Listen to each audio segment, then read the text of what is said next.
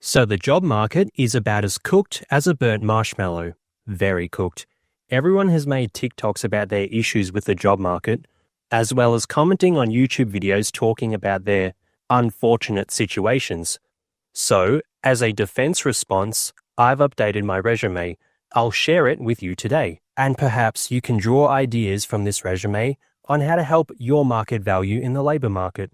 I have talked about how to make a resume before, so consider this an update to that, but in the older video, I used my resume from when I was at uni. Now, I'm using my resume as at 2025, so obviously there will be some changes. So with any resume, you provide contact information at the top. I have obviously removed any doxable info, but one thing you tend to include here is your address. However, I've removed that from my resume since I've been discriminated in the past due to my location. I live basically in the middle of nowhere, so candidates closer to the city get preferential treatment over me. So I removed the address. With your email, make sure it's not something unprofessional like the Rizzler at Hotmail. Just stick with an email that uses your name. I suppose some numbers like an 8 at the end of your name is okay, but just keep it simple. Have an email address that's basically just your name. Now, in terms of your name, there can be discrimination against this. Anglo-Saxon or white names such as Josh Smith or Bill Jones have been shown to get better responses compared to Vareshnukduv Sindermanjanu or something like that, for example. There has been some studies into this, and I myself have heard of this firsthand. An accounting firm I used to work for a while ago was recruiting for a senior role, and the boss literally said at one point when going through the applications, "It's so good to see an Australian name." And then he was talking to his wife about it too. Basically, he didn't really want to hire non-whites, which is interesting since I'm half ethnic, half white myself. Keep in mind, I'm in Australia. There's a good amount of racism that goes on around here. I've experienced it myself most of my childhood. So maybe where you're from, you won't have this issue. But if you really want to increase your chances to land a job and you have a hard to pronounce or a very non-white sounding name, maybe see if there's a way you can legally change it. I don't think it's that expensive to do so, and it at least gets you into the interview. Once you're in the interview, it's up to you to show them that you're worthy for the job, but you won't have that opportunity if you never get the interview in the first place. That could have been what happened with me. Despite being part ethnic, I have a very white-sounding name, since my dad's side is white. My surname is actually British. My mum's maiden name is Spanish and not hard to pronounce, so maybe I would have been fine even with her surname. But my point is, even with a more racist employer, I still managed to get the interview, and in that interview, I showed them I was worthy of the job. But chances are, I wouldn't have had that opportunity with a less Anglo-Saxon/white sounding name. So maybe change it. It couldn't hurt. I ended up getting fired/let go from that job later on anyway, so lol. But it was fun while it lasted. I know the DEI type jobs maybe give you preference for this, but usually DEI is for women of color who are also bisexual, not so much ethnic men like me. But with Trump back in office scrapping the DEI shit, your preferential treatment for not being a straight white male is disappearing. And a lot of people don't want to hear this stuff, but you can't tell me it hasn't played a part in the job market in recent years. Straight white men got discriminated against for the past couple of years. Ethnic people got discriminated against years before that. I bring it up so you're aware of it and you can at least realize it's a potential issue in finding a job. If I just lied to you and said, "Oh, don't worry, keep applying, you'll get a job one day," the generic feel-good word salad that everyone on YouTube spits out rather than giving actual practical, applicable advice like I do, you could be on the job search for way longer when all you really had to do was change or abbreviate your name on your resume, which could have been what landed you a job interview. Anyway, my point is you can do things to reduce/eliminate the chance of discrimination within the first part of your resume. Have a normal email address, remove your physical address if you're not nearby, and change/abbreviate your name if it's too hard to pronounce. You can argue this isn't a thing all you want, but there's literally studies on this, and I've seen it firsthand myself. With my name, I have a professional designation after it too, since I've completed the requirements for said professional designation. It's like how people in the military or doctors will have sergeant or doctor when people list their names. Next up, the career summary section. This should be around 4 to 5 sentences. Basically, just give a quick sales pitch of yourself. I've said, CPA, finance manager, received professional leadership coaching, advanced Excel skills, tech savvy with a commitment to staying current on AI developments and industry innovations in the accounting world. Spearheaded change for an organization that relied on outdated processes. Manages finance department for a company that turns over 8 figures annually. Approachable and professional with the ability to foster productive relationships between colleagues. Oversees many staff within the organization. I start with a CPA since it's highly desired in accounting, and finance manager since that's like my path. I'm not like a tax accountant or anything like that. The professional leadership coaching is something that my work has paid for me to do. It's a great skill that many people, especially accountants, lack. Emotional intelligence is a big part of the workplace, and this training is what would help set me apart in the labor market. I mentioned advanced Excel skills too, since this is something accountants need. Usually, you're not meant to list skills like teamwork, attention to detail, Excel, Word, etc. on your resume. You're supposed to showcase that in your work experience, which I'll mention later. Example, if you're on a date with someone, is it better to tell them that you're caring, kind, and all that fluffy crap that most people don't even care about anyway? Or are you supposed to showcase that? Right, you showcase it. Anyone can just search good skills to list on your resume and copy and paste that onto their resume. You're meant to show you're good at teamwork, have attention to detail, good with time management, etc. in your experience. But again, I'll touch on that later. But I've just listed advanced Excel skills since many job descriptions in accounting will specifically require advanced Excel skills. So this way, this gets caught in the automatic software that companies use to scan your resume. The part about being tech savvy and AI is basically a way to say, I stay up to date on recent trends. I'm not some fossil who's set in my ways. Once again, this is something I showcase later.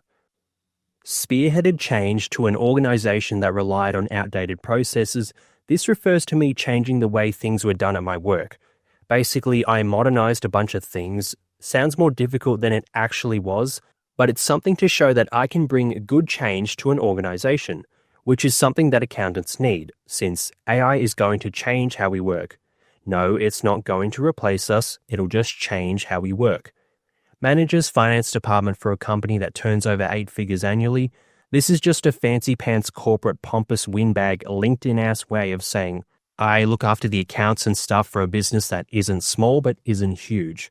The last 2 lines listed were just some way of saying I have interpersonal skills and have some leadership experience, which is again something I showcase later in my resume.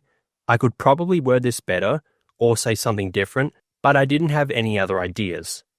I asked ChatGPT, but the answer it gave, although it was alright, it's pretty generic. I don't know how to describe this, but basically, I can tell this was written by AI. I've seen career summaries like this before, and there's nothing unique about this individual, if that makes sense. You could copy and paste this exact career summary onto many finance managers in Melbourne. Whereas with what I said, there's a bit more individuality, if that makes sense. Maybe I'm wrong, but even if ChatGPT gave the better answer, it's not that much better. I doubt the wording of my career summary would be what makes or breaks the resume. If I didn't get an interview, it's likely because of something else in my resume, not because I didn't use AI to write my career summary for me. Okay, next. Now the structure of this resume isn't what you'd normally see, where there's specific sections and each section is listed underneath each other. Example, you have all the education, then experience, then tools and softwares. My resume has a sort of split screen approach. Many resume templates do have this, but it's not the norm. I've done this because my education slash training is almost, if not just as important as my work experience. Since in accounting, there's a big emphasis on your CPA, but you also obviously need the relevant work experience. And with recruiters spending next to no time looking at your resume, you gotta come out guns blazing. Now, something that is different about my resume compared to others is I start off with a notable achievements section. I never had this in the past, but I do now. And the reason is there was a CPA podcast, I think it's called In the Black. I don't know, I don't listen to it normally. I'm subscribed to their like email listings, and I was just going through my emails one day and I found this little podcast that came up. So I was like, yeah, sure, I'll listen to it whilst doing my job. So I was listening to it at work once, and it was talking about the hidden job market. Basically, there's a decent amount of jobs that are never advertised on job websites. So this was an interesting tidbit in terms of potential future roles for me. However, one thing they mentioned in the podcast was when it comes to your resume or LinkedIn profile, you should be selling the sizzle, not the steak. Is your LinkedIn profile as important or maybe more important now than your CV? Well, I think they're both still very important. If you are going through a traditional recruitment process, they will ask you for your CV. And so it's very important that you have a good CV. One of the most important things with your CV, there's a sales expression. It's called you sell the sizzle, not the steak, right? So a lot of people have CVs that, quite frankly, are really boring. I was a management accountant for this company. I led a team of 12 and we did finance stuff. Okay. But what makes you sexy? Why are you exciting? Why do I want to interview you? It comes down to your key achievements.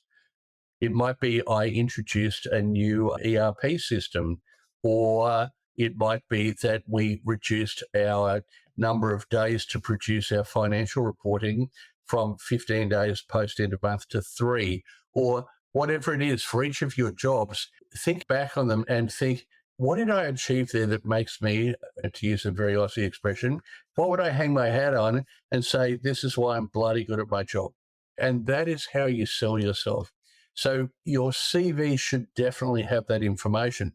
Now, the thing about with your LinkedIn is that you can literally cut and paste that information from your CV into your LinkedIn profile. Most people's LinkedIn profiles are literally just a summary of my career history to date. Pretty boring, right? There's a marketing term, it's called zero moment of truth. So if I use the example, let's say I'm going to buy a new car, I might, before I go to the car yard and see the car, which is my first moment of truth, my zero moment of truth is all the research that I do online, the articles I read, the reviews that I look at, et cetera, et cetera. Well, in this context, your LinkedIn profile is your zero moment of your truth. If a recruiter is headhunting, they don't have your CV. They are headhunting you based on what they see on your LinkedIn profile. If a employer of choice is making a decision about whether they will meet and talk to you, often they won't have your CV. So they're making a decision based on what's on your LinkedIn profile. And then, of course, not only is your LinkedIn profile being viewed from a recruitment point of view, but all prospective future employers, employees, strategic alliance partners, suppliers, customers. Your LinkedIn profile really needs to just sell you. Why am I awesome? Why would somebody want to talk to me? And it comes down again to what are those key achievements and transferable skills that I have, which make me different and more appealing to others in the market. You still need to have a chronology of your career history. And in each job, these were my core responsibilities.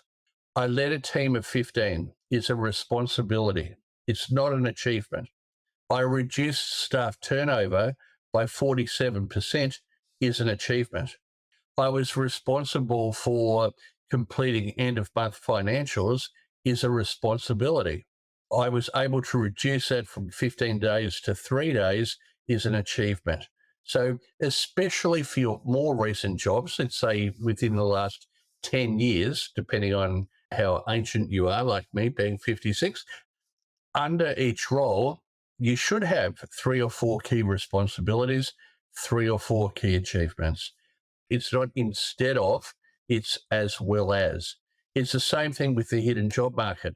I'm not telling people don't talk to recruiters or don't apply for jobs. Of course, you should still do that. You should just not only do that. Are there any myths about CVs that you're seeing all the time that are worth busting? Yeah, there's loads. There are certain CV experts that would say you should limit your CV to 2 pages. Well, as far as I'm concerned, your CV needs to be long enough to sell you. For most people who have been a professional for at least some time, their CV is probably going to be 4 to 6 pages long. And there is nothing wrong with that. Okay, if it's 26 pages long, then maybe it's a bit long. But you have to be able to sell yourself. It's very difficult to sell yourself in 2 pages. What is true, however, is that a CV typically will probably get about 15 seconds consideration. So if I'm recruiting a CEO role, as I currently am, and I've had 197 applicants, I need to be able to see very quickly whether that CV is worthy of further consideration or they get the dreaded thanks but no thanks. So definitely on the first page of your CV, you would have your contact information, you would have your qualifications, and you would have a career summary table. And then in subsequent pages, you would go into more detail. Are there any other rules about perfect CV? Don't worry about making it look all beautiful and pretty and text boxes and all of these things. Don't get too stressed out about it must be beautifully written. 8 out of 10 is enough. All your CV has to do is to get you to the meeting. What this means is, if you're employed in some accounting role, we know what you do already. If you're a dentist, we know you can do root canals, for instance. If you're an electrician, we know you can wire a house. If you're a chef, we know you can cook food. So this guy was basically saying, talk about your achievements, not your responsibilities. My work experience section includes my responsibilities. However, I've pushed that down and brought my achievements up to the top. Like I said, I never had this. I didn't learn this at uni, but to be fair, there aren't any achievements you can really list when you're very early in your career. I suppose if you're a uni student, you could cook up some notable achievements at your executive position at a university club, which is a suggestion I made in a prior video, and years ago too, actually. So now I have an achievements section. I don't know if I needed the word notable in front, but whatever, it can't hurt. So here are mine. They basically all relate to making regular accounting processes more efficient, reducing costs, improving the company's financial position, and using my leadership/personal skills to help the business. There's no accounting job that has a job description of reduce accounts payable balance or reduce month-ending reporting time. So basically, this is showing how I'm able to efficiently do my job. I may have altered some of these figures for confidentiality reasons, but I've listed concrete numbers, so there's a hardline figure that shows my results. If I said reduced AP balance by a lot, saved a decent amount on credit card surcharges, saved a good chunk of money on forex fluctuations, well, that's nice, but from what I've seen, putting concrete numbers is way better than giving some arbitrary description like a lot. So those are notable achievements I've listed on my resume. It showcases my ability to do my accounting responsibilities, but even better than what's required. Use this as a springboard for your resume, and worst case, just make up something. They're not really going to have proof you didn't do it. I'm not a fan of lying on your resume since it punishes people like myself who actually did all the unpaid work beforehand and did the education. But in my case, I'm not really lying, I'm kind of just stretching the truth, the same way that jobs do. They say, fun work environment. Yeah, sure. Or they lie about your salary range, etc. I wouldn't lie about your education. It's kind of easy to get exposed if you do that. Although I have heard that in some cases people lied and they got caught like 25 years later, but by the time they got caught, they were already like the CEO or something. I'd advise against it, but you do you. But what I will say is stretch the amount of money you saved if you're in this kind of position. Don't go overboard. Like with my company's turnover, I can't justify a $200,000 saving in merchant fees, but I can justify a $45,000 saving. It was around this figure, maybe a bit more, maybe less, but you get the idea. If you're not in accounting / have no ability to directly save money, maybe just talk about how you were able to do some certain task more efficiently instead, or mention some specific customer / client relationship you managed that helped the company. I don't know, say like negotiated an extra 3 months on a key supplier's contract or something. You'll have to figure that out for yourself. If you want my specialized help, DM me, we can work something out. We can work out some little consulting side hustle. So next up, work experience. This is listing your responsibilities. This is what the sizzle versus steak thing mentioned earlier. There's nothing super special about this section. A lot / basically all of what's going on here is what your average finance manager does. At the very least, it makes me qualified for the role, but it doesn't set me apart from the rest. Here, you basically want to copy what the job description asks. That way, it gets caught up in the automatic systems that companies use to scan your resume. If I was applying, I'd probably just change this section to mirror the job description. However, since I'm not looking, and since most jobs I'd apply for involve mostly the same tasks anyway, there's no real reason to change this. The two most different or unique things listed here are committee member of the OH&S team, which is not a requirement for accounting, but I guess it shows my ability to be a part of the company culture or that I care about the company. Admittedly, I only joined for brownie points, and now I'm kinda a part of it officially, but that's fine. Extra job stability, time in lieu, and free dinners every now and then, I guess. And the other different line, analysis of macroeconomic data, AI and cybersecurity reports to determine the impact of the economy and technology on business operations. This is not a common thing to see in job descriptions, but it is something I do. It sounds a lot fancier than it actually is. Basically, I just read recent reports on tech and the economy, and I'm like, okay, this might impact us, and I just bring it up at meetings. That's it. This goes back to what I said earlier about showcasing your skills, not telling people. Instead of saying keeps up to date with AI, I've shown it with the Power BI thing in my notable achievements and talked about how it's a task related to my work experience. Another one, in the career summary, I mentioned I managed the finance department. Here in my work experience, I've said how I manage the department and represent the finance team in monthly meetings. I'm showing people I have the roles and skills and I'm using it in the job. I'm not just telling people that I have them. I'll give a practical example for you to use. Instead of listing teamwork, I've said under my work experience, managing the finance department and representing the finance team in monthly meetings with senior leaders. Instead of attention to detail, I've listed analysis of financial reports and data to provide varying business objectives to senior management, including budgets, forecasts, and provisions.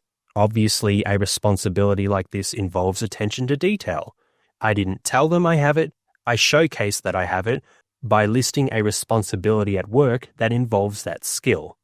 Instead of time management, I listed monitoring daily financial operations including invoicing, inventory, cash tills, vendor and customer accounts.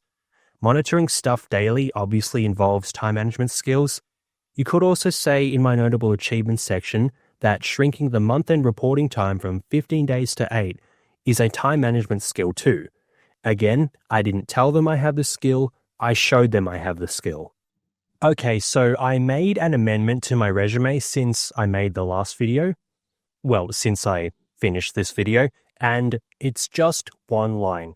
And it's just one line I removed, the line about analyzing the macroeconomy, and instead I replaced it with this. Participating in NAB business surveys to gain valuable insights into the impact of domestic economic factors and their influence on business operations. NAB is one of the big four banks here in Australia. So recently at work, I got a call from someone wanting to speak to accounts / the guy who does the finances / accounts for the company I work for. Naturally, the call gets put through to me. At first, I think it's a bunch of nonsense, but they get to the point quickly, and it turns out it's a legitimate survey. It's fine since it doesn't take up that much of my time, and in exchange, I get insights into these specific reports. It turns out you can access these for free on their website anyway, but hey, it's something to put on my resume. Participating in surveys shows my dedication to keeping up to date with the recent macroeconomic data and how it impacts the business environment. So, back to the rest of the video.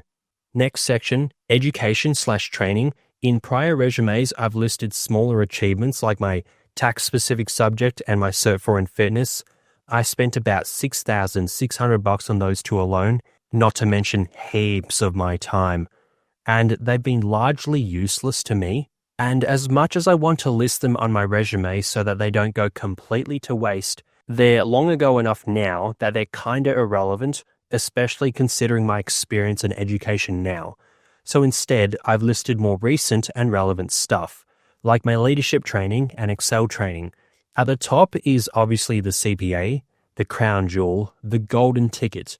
I technically finished the leadership training and Excel thing after my CPA, but they were in the same year, so there's no real chronological order I need to worry about. I just put the most important one first. Usually you want to put them in chronological order of like the most recently finished to the least recently finished. Example, I finished my bachelor's degree a lot later than my CPA, so I wouldn't put my bachelor's degree first. So if you want to be really accurate here, I should have the leadership training at the top, then the Excel training, then CPA. But like I said, they were all in the same year, so I can get away with this little structure here. And like I said before, recruiters don't spend that much time on your resume, so I want to let them know that I got the CPA before anything else. Now, much like my tax unit and Cert 4 in fitness, my graduate certificate in artificial intelligence for business is also kinda useless. It was ages ago and also has no direct correlation to an accounting job requirement, unlike your CPA or your bachelor's degree, which are very relevant. However, I kept it on anyway for 3 reasons. 1, good grades. My average grade in my bachelor's degree was literally a bit above 50%. Not impressive.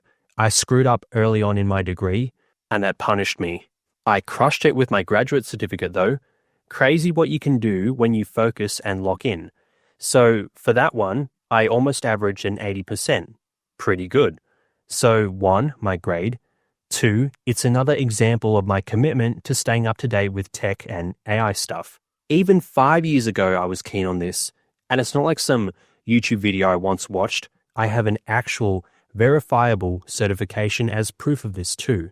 So although the knowledge is outdated, and I legit forgot everything I learned in that certificate anyway, it's still something to make me stand out. And 3, I had room on the resume for this. If I didn't put this here, there'd be a blank space, baby. And I'll write your name. Sorry. So there'd be a blank space here. So keeping this here fills out the resume. And last thing for my education is my degree. Again, it's old, so it's not as relevant, but it fills out space, and the accounting degree itself is probably something noteworthy to mention. You wouldn't put it at the top of your resume at this point in your career anyway, but you may as well just keep it on your resume. Second last section, tools and software. I know this is a big one for the tech guys. It's kinda relevant to accounting, so I've listed my own little tools and software section. I listed the standard Microsoft Office suite. Nothing special since everyone in the office world knows how to use these. At least you'd hope so. I have heard of some Karens and Susans and Pauls and Davids in their 50s who can't though. Point is, the Microsoft Office skills aren't what would sell my resume, but it's still something you should list. And once again, you showcase your skills in your work experience or achievements. Example, analysis of financial reports. Obviously, this involves learning Excel. Or utilizing Power BI to streamline month-end close. Obviously, this involves Power BI. The idea of me listing the tools and software is to show all the stuff I've used over the years, so that if my potential new role involves a new software, they can see that I pick up on new software easily. So there's also some other accounting programs here, some inventory/retail programs, and there's also one program that the tax office uses. And lastly, LinkedIn certifications. Again, old and not super relevant, but one, it showcases my commitment to further learning. Two, it's a verifiable document that I can show my future employer as opposed to some self-learning on YouTube. And three, it fills out space in the resume. So that's it. 1 page. My resume back in uni was 3 pages since I wanted to list all my skills, since I had to do what I had to do to stand out. Years ago, it shrunk down to 2. Since I didn't have as much experience, I didn't have the CPA, so I listed all the extra stuff I did, but I removed some of the little less important fluff. But now, my resume is 1 page. There's debates on how long your resume should be. The podcast I mentioned earlier talked about how you should list all your experiences and achievements. So if it's longer than 3 pages, who cares? But many recruiters say 2 pages max. Many say only 1. I just have 1 for now, and I can obviously adjust this in the future if needed, but this 1 page should be all I need to survive the job market. I didn't mention anything about my part-time wagey job, even if there's a lot of leadership skills and some crossover in management/inventory. I didn't mention stock trading or YouTube despite there potentially being some crossover too. I didn't mention my prior accounting roles. I didn't mention the short stint doing the finances for one of my friend's startups. I didn't mention my secretary role at university. I didn't mention my study abroad program. Why? Because 1, keeping my resume at 1 page means I can't fit all that stuff. And 2, they're mostly irrelevant now. My current experience, CPA education, professional leadership coaching, and Excel skills far overshadow those prior experiences. It's kind of sad. All the aforementioned roles and experiences and responsibilities involved a lot of work on my end, and it seems like a shame to essentially have them wasted since they'll never be relevant on a resume ever again. They will never ever be relevant in me getting a job ever again. However, they weren't actually wasted when you think about it, since those prior roles and responsibilities is what led me to my current job. And this current job's experience has basically ensured that I'm a valuable candidate in the job market. So in a way, all those prior experiences are merged and ingrained into my current role. So they still, in a way, show up on my resume. But this is a part of growing in your career and in life, really. Old experiences, old friends, old habits that really helped you back in the day are no longer relevant or useful. So this is my updated resume for 2025. I will survive the 2025 job market with this resume. A candidate like this is valuable to their current organization, and if my workplace has an economic catastrophe and lets me go, with this resume, I should have no issues in finding a new role. Have you updated your resume recently? How are you going in the 2025 job market? Let me know in the comments. Thanks for watching. That is all.